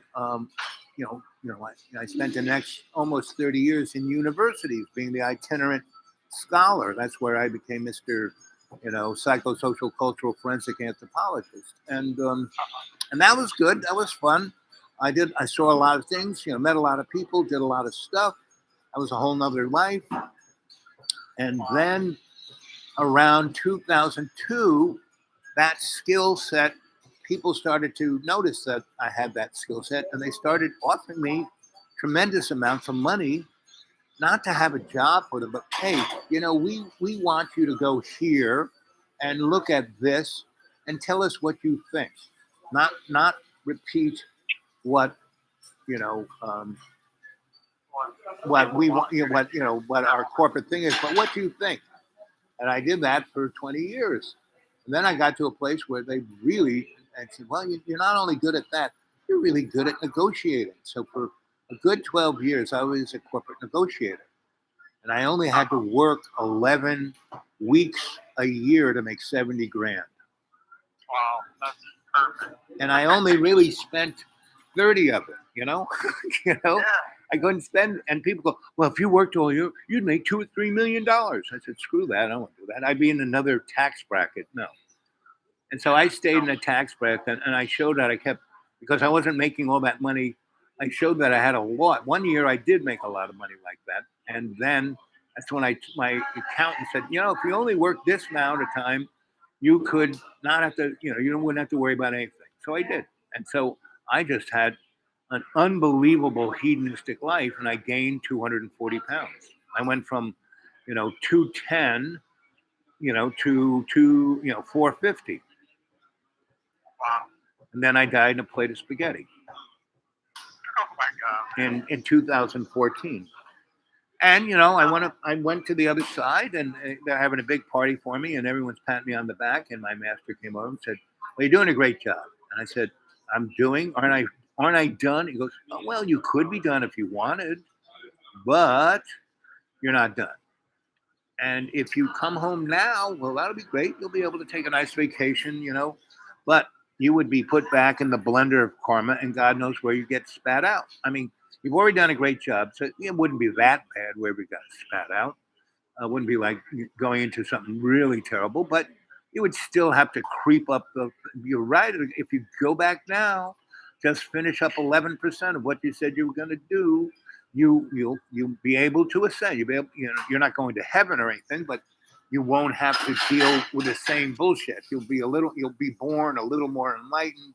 You'll be able to, navigate a little better than you do. You won't have to go through all the kind of weird ass crappy shit that you've gone through, but you've done a great job at that. So anyway, that's why I came back, So that's why you came back. Now, my question is, you said you died a few times, right? Yep. Mm-hmm. Did you have that same experience on the other side? No, not like that. Okay. I had, so I died when I was born, and I was aware of it, but I had no context of it. I thought that's how most people were born, dead. Yeah, you just Right? And then because of that, I was really sick kid from then until I was 10. And I didn't die, but I was each year I got really, really sick around my birthday. And when I was 10, I ended up in a hospital. My parents went on vacation. It's like they didn't really care. And the nuns at that hospital saw me as, oh, well, here's one that's really sick, and we can screw with him and use him as a sacrificial lamb. They were getting ready to put me in the oven and eat me for Easter dinner, right? And that's when I said, fuck this. I am never getting sick like this ever again. And I, punched my way out of a paper bag. And the doctor who saved me, the first time she found out where I was and came and got me, and my Aunt Gracie came and got me, and they saved my life. And then from that time, I never got sick ever again. And, but, the first time I worked in rock and rolls and recording studios and discotheques from the time I was 16 on, but I never did any drugs. I looked at people doing them. I said, I don't want to do that. But one time I was with a bunch of guys who were out in the middle of nowhere. I'd been around people smoking pot for at least, 10 years. And I knew what pot was. I knew what all these drugs were. So not too bad. But my tuning fork is so sensitive. I smoked this pot and I went unconscious and fell down and hit my head on the floor. And so they thought I died. but I didn't. I was just deeply unconscious. You know, so, Okay. so I died a few more times like that. And my father had this, you know, I was taking care of my parents, and I thought I had him sussed out, and he caught me off guard with something really emotionally and psychically terrible, and he like slipped the blade in, and I kind of had a heart attack. You know, my heart was broken. You know, I didn't have the kind of heart attack that most people have, but my heart was broken. Yeah. And that's when I kind of had one of those, you know, where I was on this mezzanine looking at my life. You know, I was having the life review, and my master was, you know, behind me. I wasn't seeing him, and we looked at all, and you know, they were going around a circle of all these people I had anything to do with. I was getting a great report. Oh, you know, all this, you know. Then my father popped up, and everybody basically was giving him the thumbs down. You know, went from my life review to his, but he hadn't died, right? He was, you know, he lived another 10 years. And anyway, his, you know, went from my life review to his, and he was getting a bad report. You know, he was not going to be happy when he kicked off, because he had no idea, didn't care, blah blah blah. The guy who dies with the most toys wins, right? So, and so you know, he basically, you know, I woke up, and I was naked. I was in a motel, and the EMTs were there, and they kind of took me to the hospital. Oh, he had a heart attack, and then they did all these tests. They said, no, he didn't have a heart attack. He just had like a stress, something or other. But I saw all of that stuff, and when I was in the life review of my dad, and then I was in that circle, you know, giving a report on my dad, and I'm up on the mezzanine watching me give a report on my dad, and as I'm watching me give a report on my dad, I'm starting to go on, because he did all kinds of terrible things to us, and I said, you know, I'm not going to do this. He's okay. He's got his good side. He's got his bad side. I am not going to judge him. And then bingo, I was in this other place, and they said, well, you passed that test. Okay, you're going back now. Bang, you know, and I went back. And that's when the EMTs were like poking me. And so, and then I worked as a New York City Housing Authority policeman, but I didn't wear a uniform or any of the gear. My partner was like, you know, the avenging angel. We were the ultimate in good cop, bad cop. You know, I wore shorts and flip flops. She wore military gear and you know, had a rocket launcher. You know, so I always went in first and tried to talk everyone into getting along. And if that didn't work out, I walked out, and she killed everyone. So, and in one of those circumstances, I got shot. Really? Yeah. Oh my God. But it wasn't that bad, because it was this, you know, apartment, and these two gangs were in there, and all these grandmas and mommies and kids were in there. There were about 60 people in this apartment, and there was these two gangs, each maybe 8 of these guys, 10 of those guys, and they all had lots of guns, right? And they were supposed to be trying to not have a war. But the two OGs hate each other, and one was a psychopath. He didn't care if everyone died, as long as that guy died. And I walked in, I said, okay, this is over. You know, if you guys really hate each other, let's go to the roof. You guys, you know, punch each other out, and whoever, you know, wins, you can throw the other one off the roof. But not everyone in this room is going to die, right?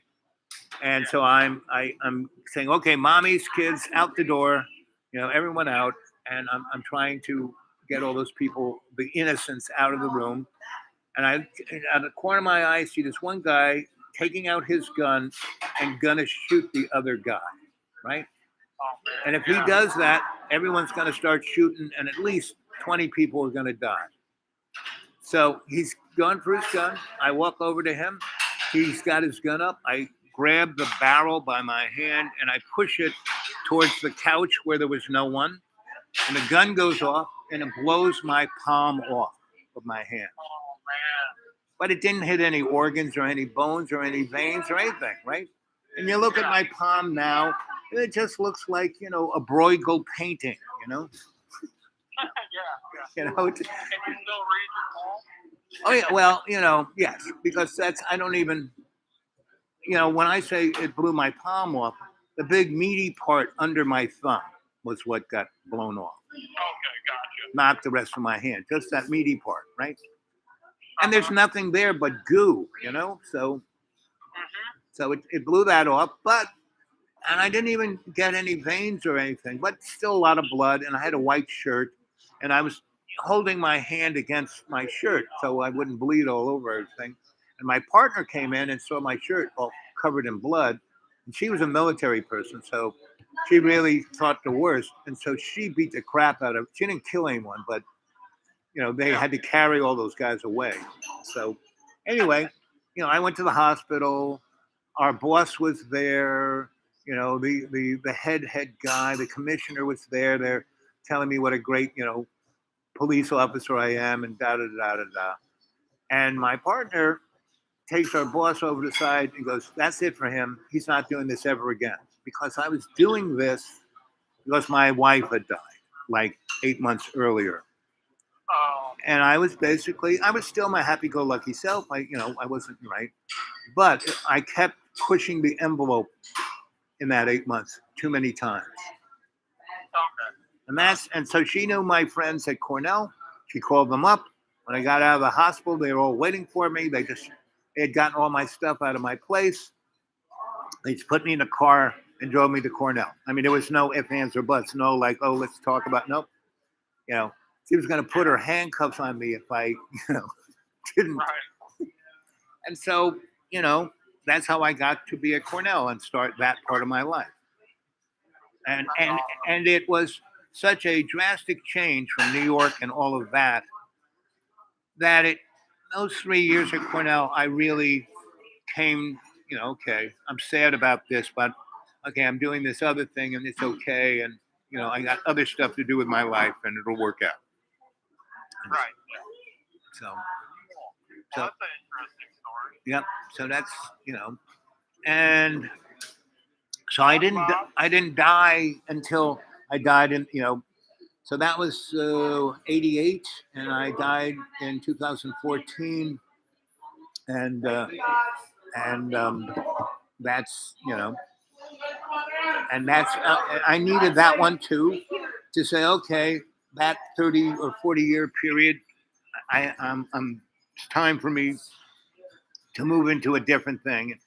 And it took me 7 years, from 2014 to today. I'm in pretty good shape right now. I'm down to 193, Nice. from 460 to 193. Yeah. And I don't have big, slabs of skin that I have to throw over my shoulder.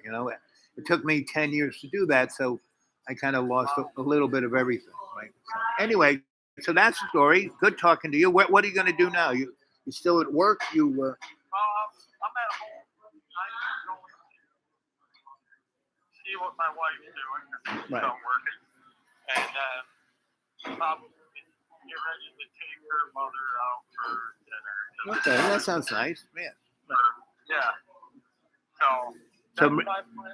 so remember, work on being consciously aware of your 20 and your 360, and your conscious intent of whatever you're doing your best. And you already do all of this.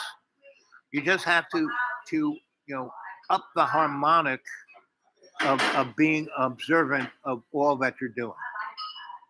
Yeah, that's what I'm going to focus on. And I'm going to do it. Right. I'm not gonna Well, you're already doing it. I'm already doing it. You're already doing it, right? Yeah. Let's talk, Sue. I'm going to give my wife a call. Okay, handsome. You stay well. Talk to you soon. Yeah, man, it was great talking. Yep, Can't yep. wait to talk again. Yeah, that was fun. Thanks for being on the show. Heck yeah, always. Okay. So that was Dr. Toole. Still the early days. Good morning, good evening, good afternoon, and welcome to Dreamy Dreamland with Sensei Alba. I'll be right back. Ooh, ah, ooh, ooh, ooh, ah, ee, ooh, ooh, ah, ooh, ooh, ah. Gotta get up. Oh, I'm gonna start to rust. Hey, so homeboy, what's up? You know what is? Arnold Palmer, half tea, half lemonade.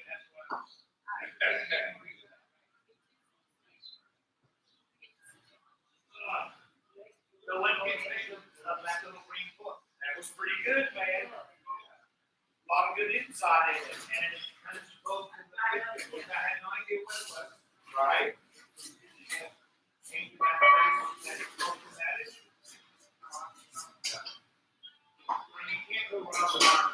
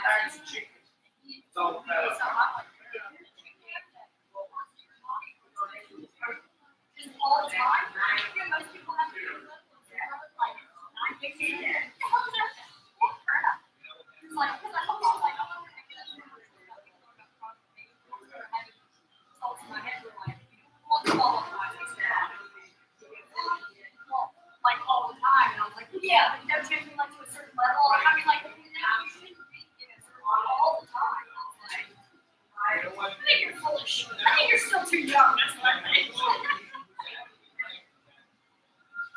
So here you go.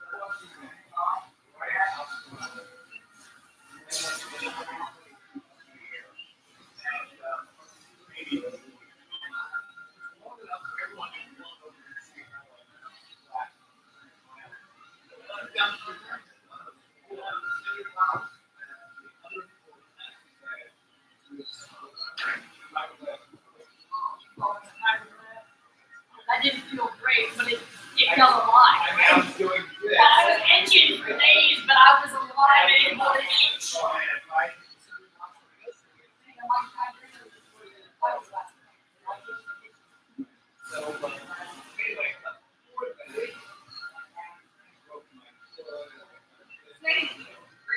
Things add up for everyone.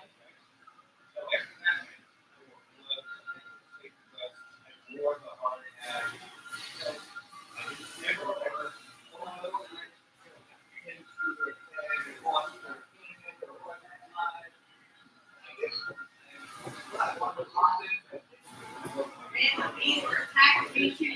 Oh, you kind of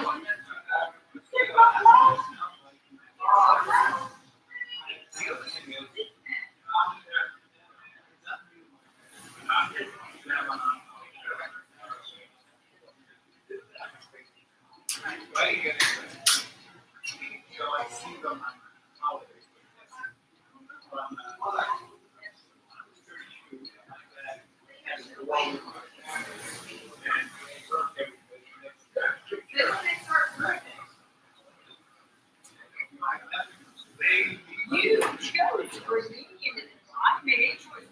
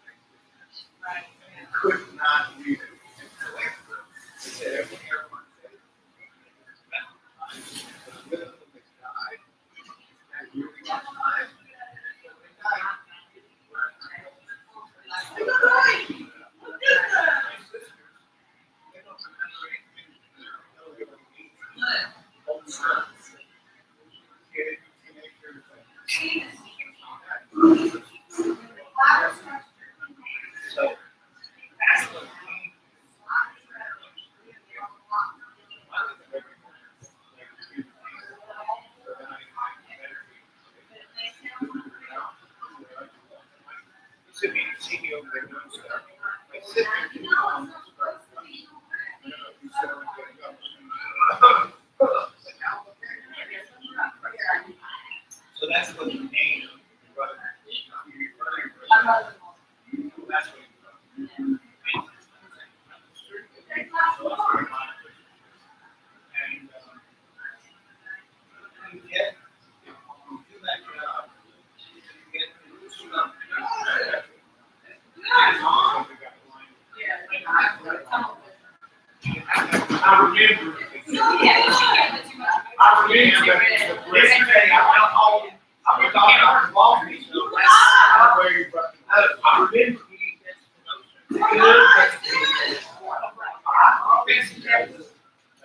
You never know.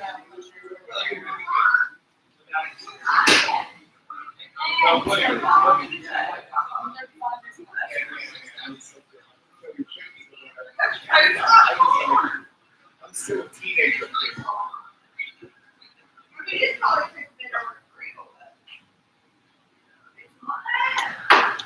You know, this is far better than just.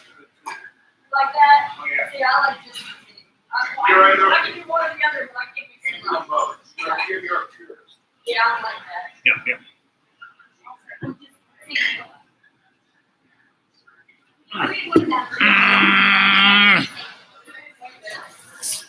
The eagle has landed. So, anybody there? No? How about some, come on. So, did you like that part of the story? Let's see how we look on the do.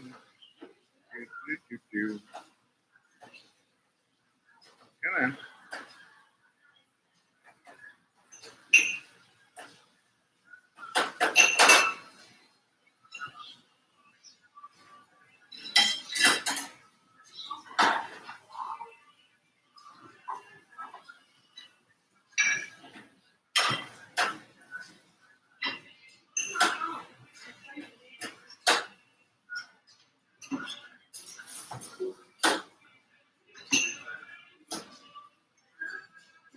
So kids, this year is going to be one heck of a ride, and we're almost over with it. So you thought things were strange so far, baby? No. Here we go. Just had to reset itself. Not challenge. Here I am, live.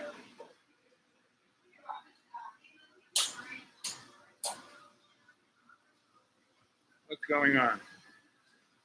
That's the name of today's show, is What's Going On? Yeah. So, you one person there, how do I look? Mr. Frankenstein, are you still around? They left. The counter is going. So,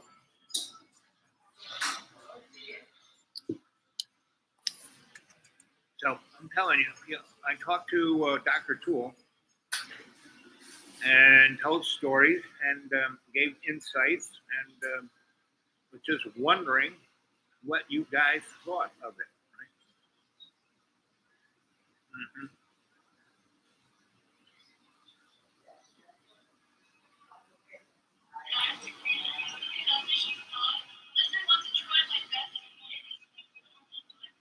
Let's work out and talk.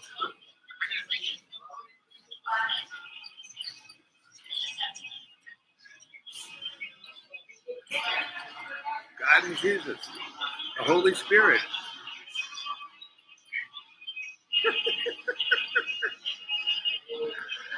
Ah, yes. Well, this is a good, John's little, my living room. He's got to use the bathroom. That school to me was always a time vortex. Pretty amazing. 184 views. I get like 3, right? So, but I guess you like watching them do push-ups and lift weights and talk colloquially about Jesus, right? As a investment plan, right? Like I said, he is the canary in the coal mine. He is the ubiquitous. You want to know what's going on in the world of the bourgeois. John Boy is it. And what else is here? End days. Production uploaded.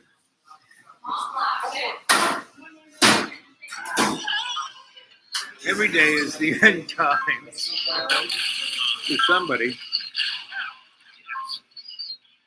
Right? No.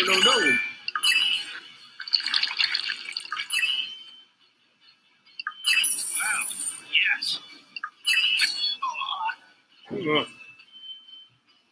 Yeah, video games. Download now. Anyway, what time is it? 2:33, man. It's still early. It's still too hot to go outside. Here it's air conditioned. I still have a full cup of tea.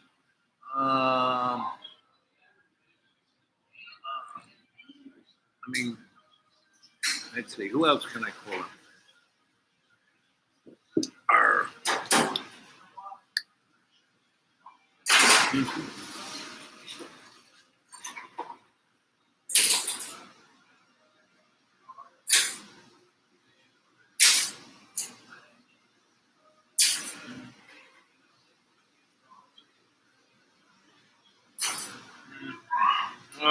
Let's talk to Captain Rick.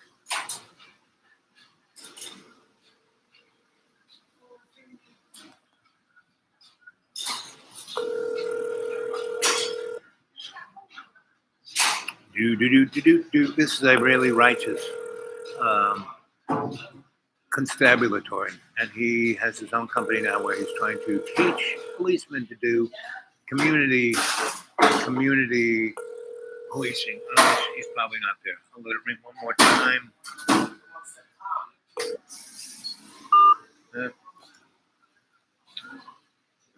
Let's see.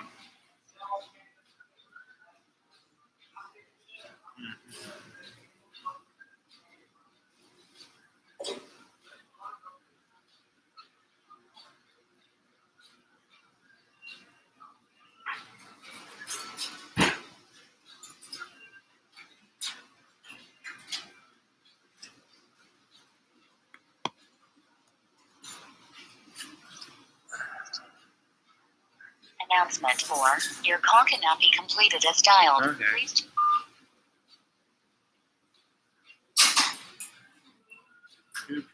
Do.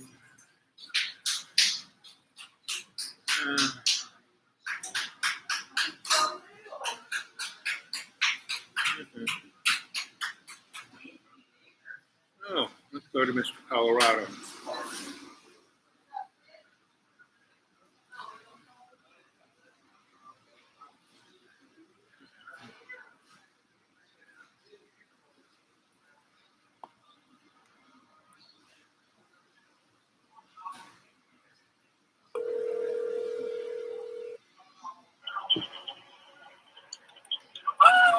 Hey, handsome. Well,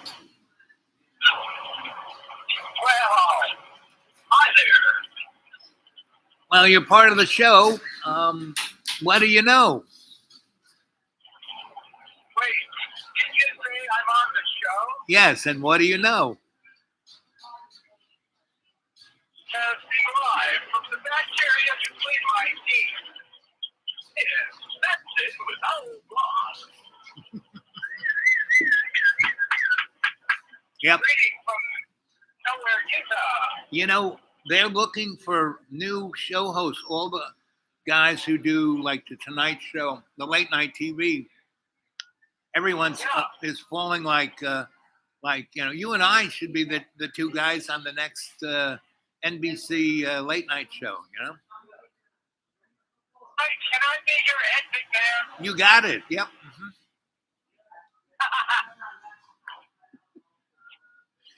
And instead of drinking whiskey, you need to just be smoking pot all the time.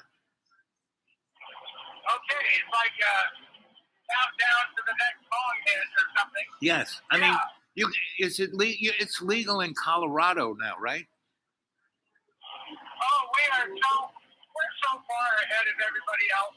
Everyone here's got bloodshot eyes.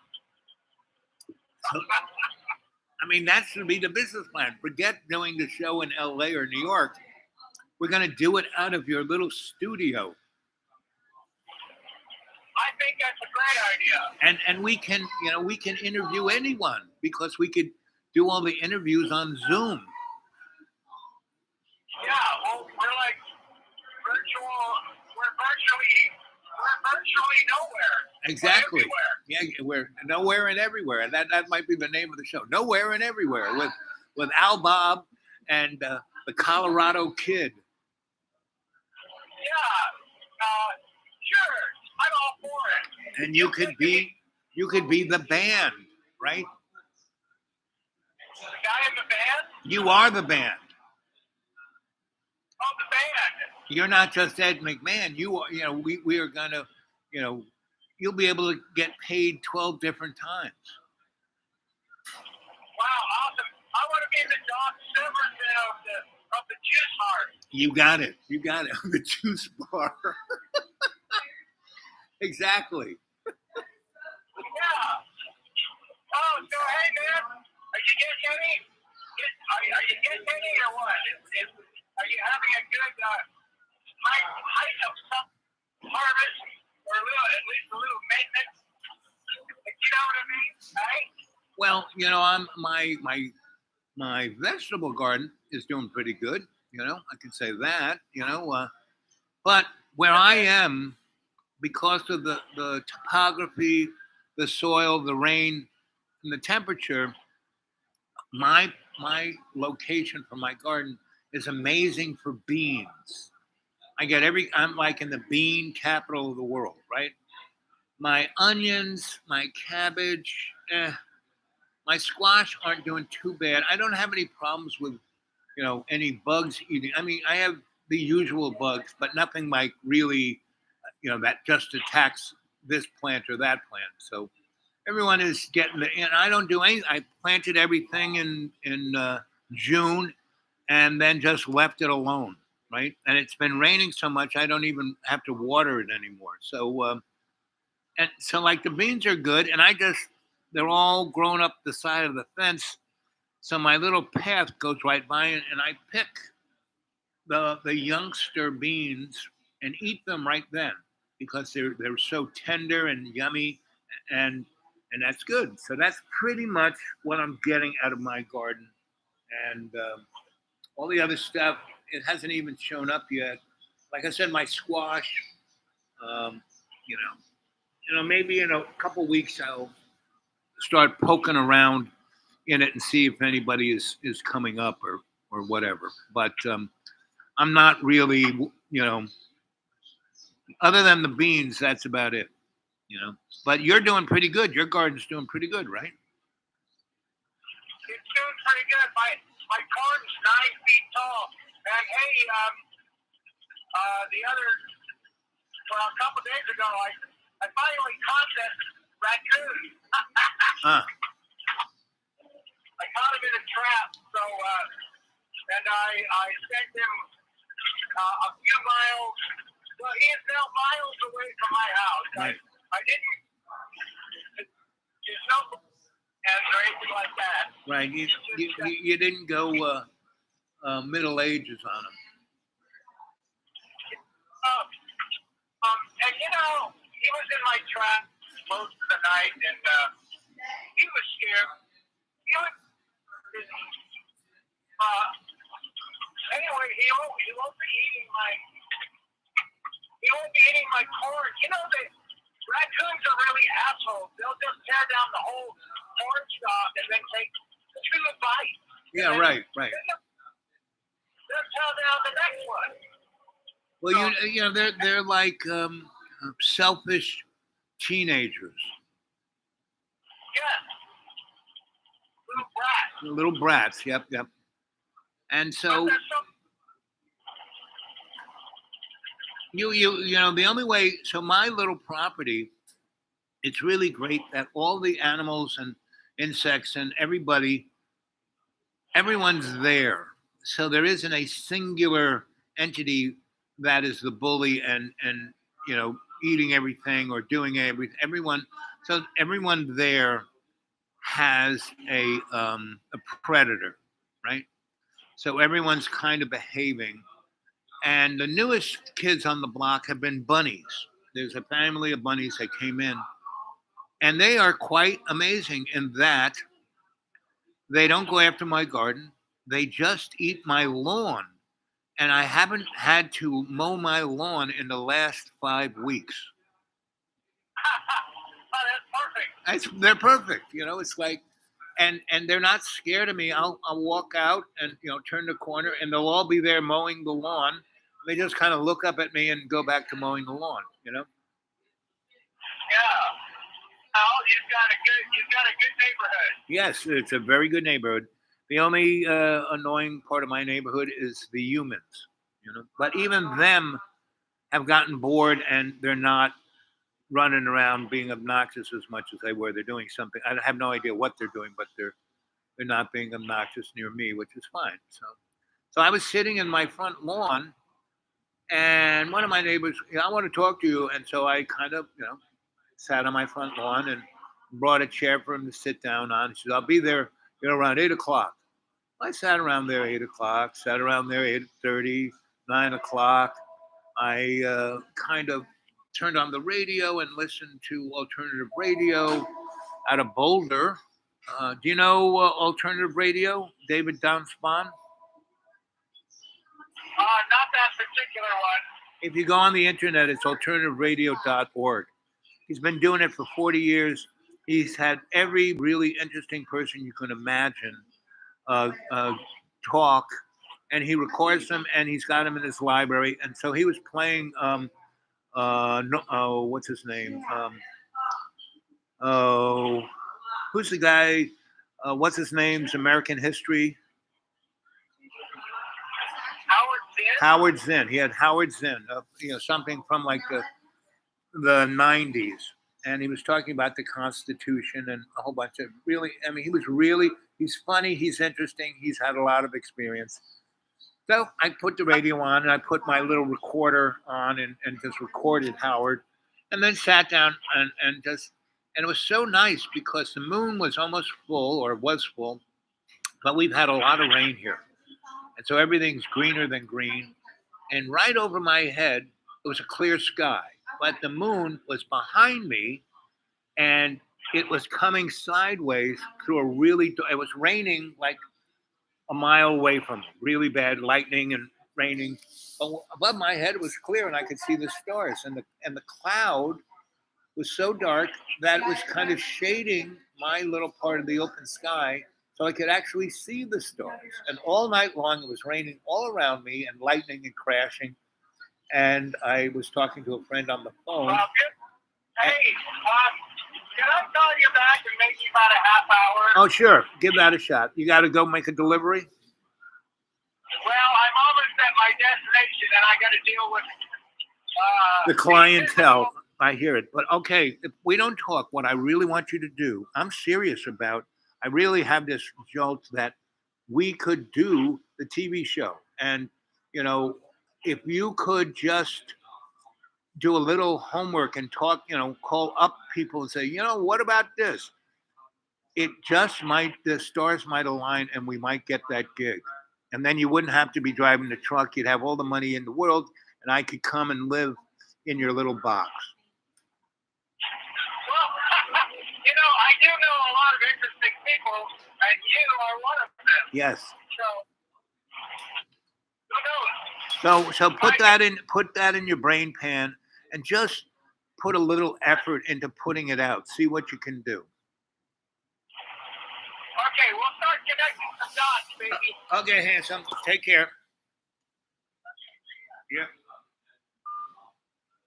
Anyway, so still have this is how much of the show I got left.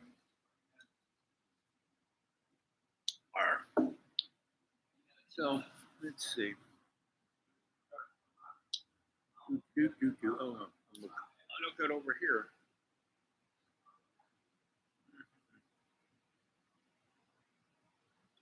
Let's see if Pete answers it.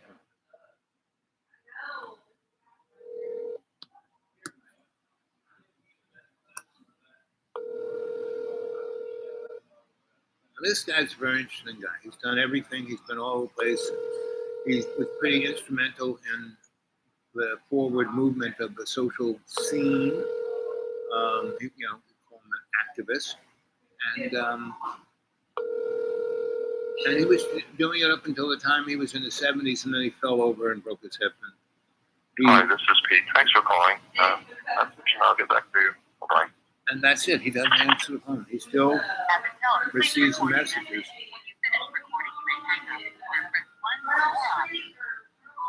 Hey, honey bun. I haven't talked to you in a while. I just thought I'd give you a ring, see how you're doing. Send you all my best. I love all the above. Okay? So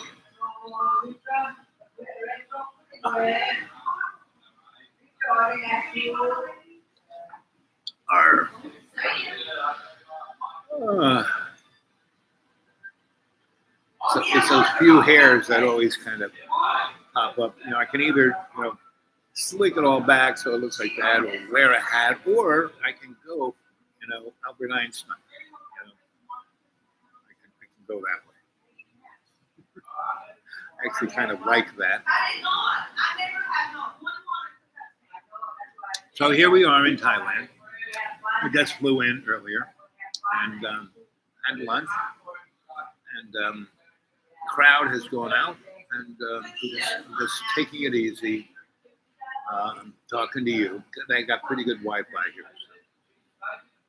And I don't know.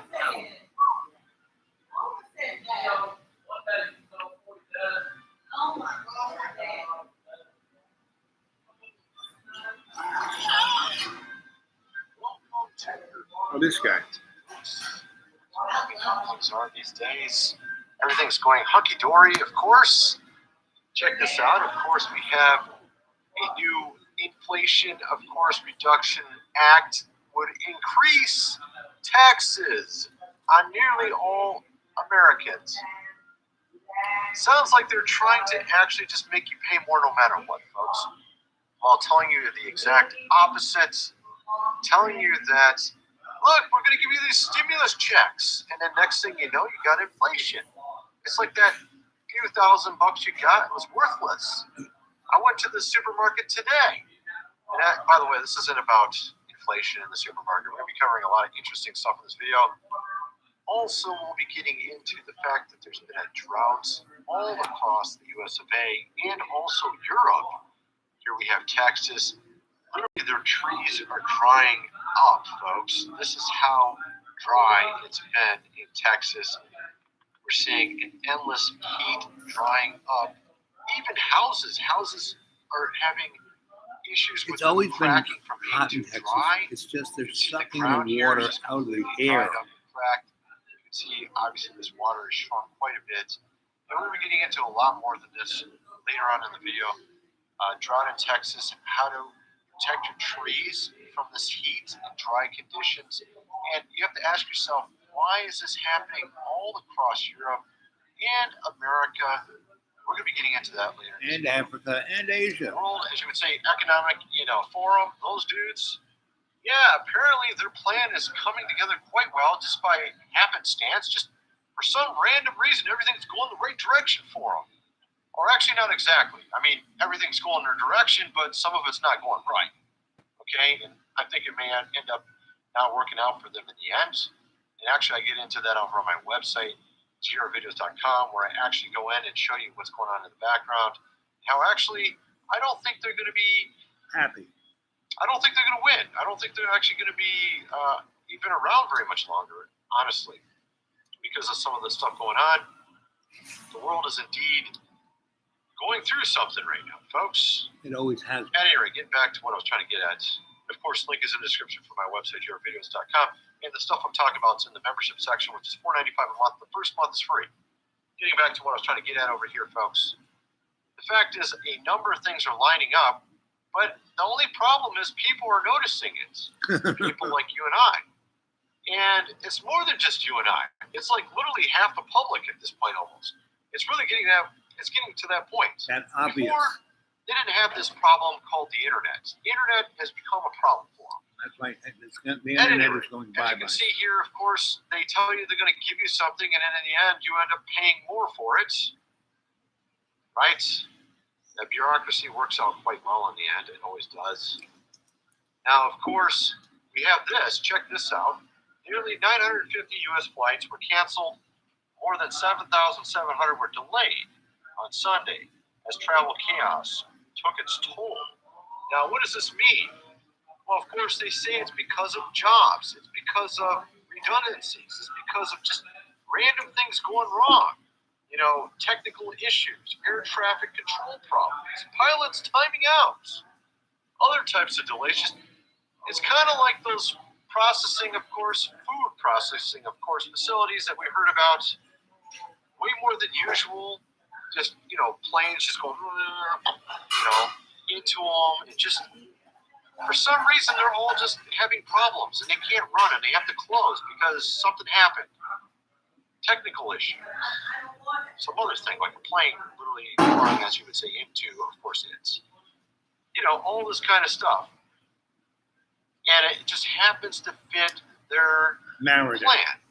These guys' plan, it fits to a T. Less food available. Of course, in turn for that food that you so love, you love eating steak, you love eating burgers. We don't want you to eat that anymore, folks. They want you to eat this, or drink this, actually, cockroach milk. Doesn't that sound great? I just want a glass of cockroach milk. I've eaten bugs Sounds before. so awesome. Oh, my goodness. How about mealworms? Here we have an actress telling you, what is this, Nicole Kidman, I think? You need to eat some mealworms, folks. They're so I've good for eaten you. them. Then you'll look like her. Yeah, okay. I don't think I want to look like her. Then you got, of course, Jeff, the king of business here. Oh, he just loves it so much. He's just taking his time to eat it, folks. Doesn't that look so appetizing? I want to eat one right now, of course. Kathy Bates. Of course, Jeff is not exactly the best role model for a business owner out there. His employees literally, well, I would say they don't really like him too much. Let's just put it that way. I mean, at Christmas, instead of just, giving them triple time pay or double time pay, instead he just gave them a raffle for a bottle of water and a sandwich. That was the winnings of the raffle. Not like a new car or like, a flat screen TV at least or something. No. A water bottle and a sandwich you get to eat. If you win the raffle, that is. If you win the raffle, you get to eat for the day. At any rate, this is the kind of people that are wanting to be, of course, over you and me. They care so much about you, they want you to eat mealworms, folks, and drink cockroach milk. Was that what it was? I can't even imagine that, folks. I don't know what to think of that. Of course, it's all because of your carbon footprint. This is why those planes are not flying now. Many people don't know this, but if you qualify for this new offer through Pink Energy, you can get paid over $2,000 to install the newest generation of solar panels. This is why they keep having delays with flights everywhere. They don't want you to be able to afford a plane ticket. They don't want you to be able to afford a car or a house. I moved around a I lot. went to the supermarket and it was like $3 for a bottle of soda. I'm like, what? It was $8 for 12 cans of soda. I'm like, really, dude? Seriously? The lady next to me was like, hey, is that 2 for $8? I'm like, no, it's 1 for $8. And she's like, really? Yeah, $8 for a 12-pack. I remember 5 years ago, I think it was $8 for a 24-pack, wasn't it? Was it even 5 years ago? It wasn't that long ago. Yeah, so that's kind of what we're looking forward to now, folks. This is the kind of stuff we're looking forward to. At any rate, so let's get on to some other things here. It's so awesome, of course. What else do we have? What else do they have in store for you, folks, for the future? What kind of great things do they have in store for you? Of course, the IRS. They want to make sure you're doing your taxes right, folks. What's intriguing about this whole thing, though, is I noticed sort of a pattern of recent rules for thee and not for, of course, me. That seems to be a pattern we're seeing more and more of. I'm guessing a lot of those people that end up with really big bills from the IRS are going to be people they don't like. We're right. People lose homes. People lose jobs. People lose retirement savings. People lose pensions. You know what I hate about fucking banking? It reduces people to numbers. Here's a number. This is what we did that no one else thought of. Not even Balmer Berry thought to short the double A's. But we did. Little brown hole capital. So we're interested in shorting some of the AA tranche of CDOs. Come on, guys, what's saying? I've got no angle. You can just so we want to do $15 million in swaps on the AA tranche. I don't understand. Buy as much AA tranche as you want.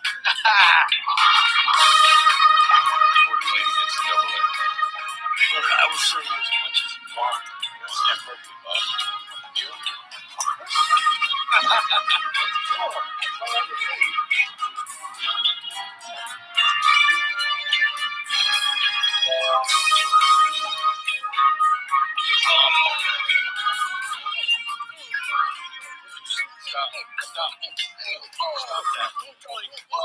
Stop it. Stop. What? You have any idea what you just did? Come on, we just made the deal of our lifetimes. We should celebrate. You just bet against the American economy. Fuck yeah, we did. Yeah. Fuck yeah. Which means if we're right, people lose homes. People lose jobs. People lose retirement savings. People lose pensions. You know what I hate about fucking banking? It reduces people to numbers. Here's a number. Every 1% unemployment goes up. 40,000 people die. Did you know that? No. Did you know that? No, I didn't know that. We're just excited. Did you know that? Just a couple fucking days. All right. Where are you going?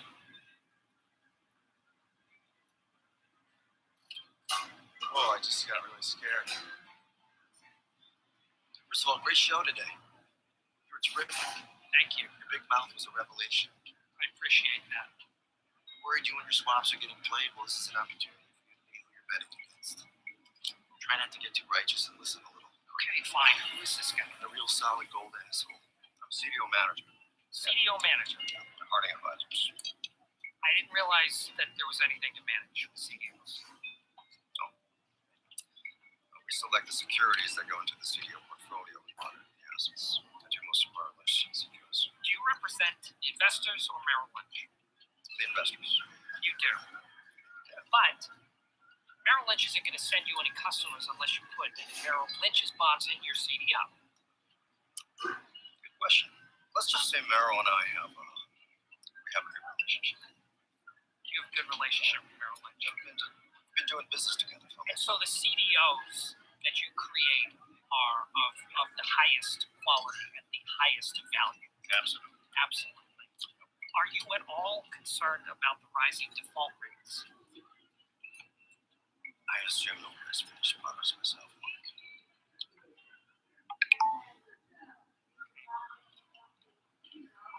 So let me get this straight.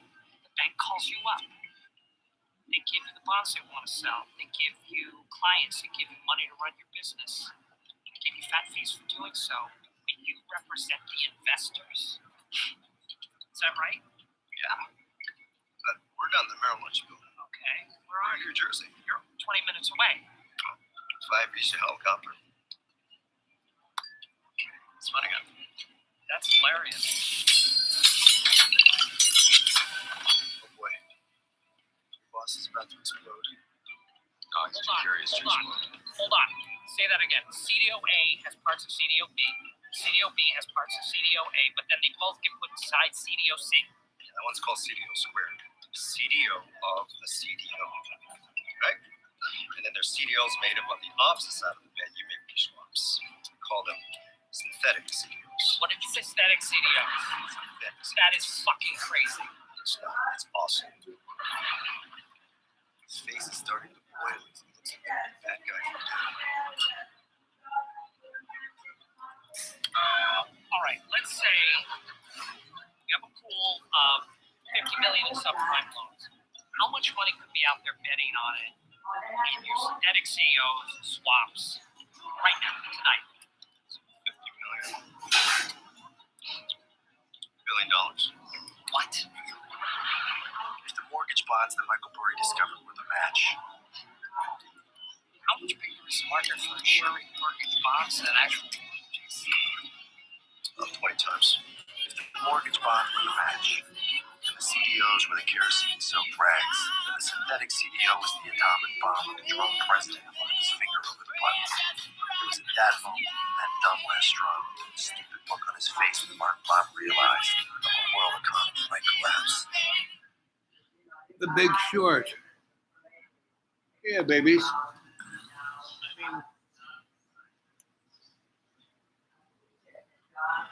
Don't miss this. Okay. It's 3:03. Message to all elderly citizens age 64 and above. You can now receive money in the form of financial aid that you can use for groceries, Well, kids, healthcare, there's and nobody other there. expenses. We've had a fun day. For extra spending Talk to you later. This allows you to take advantage of FlexCard's financial aid.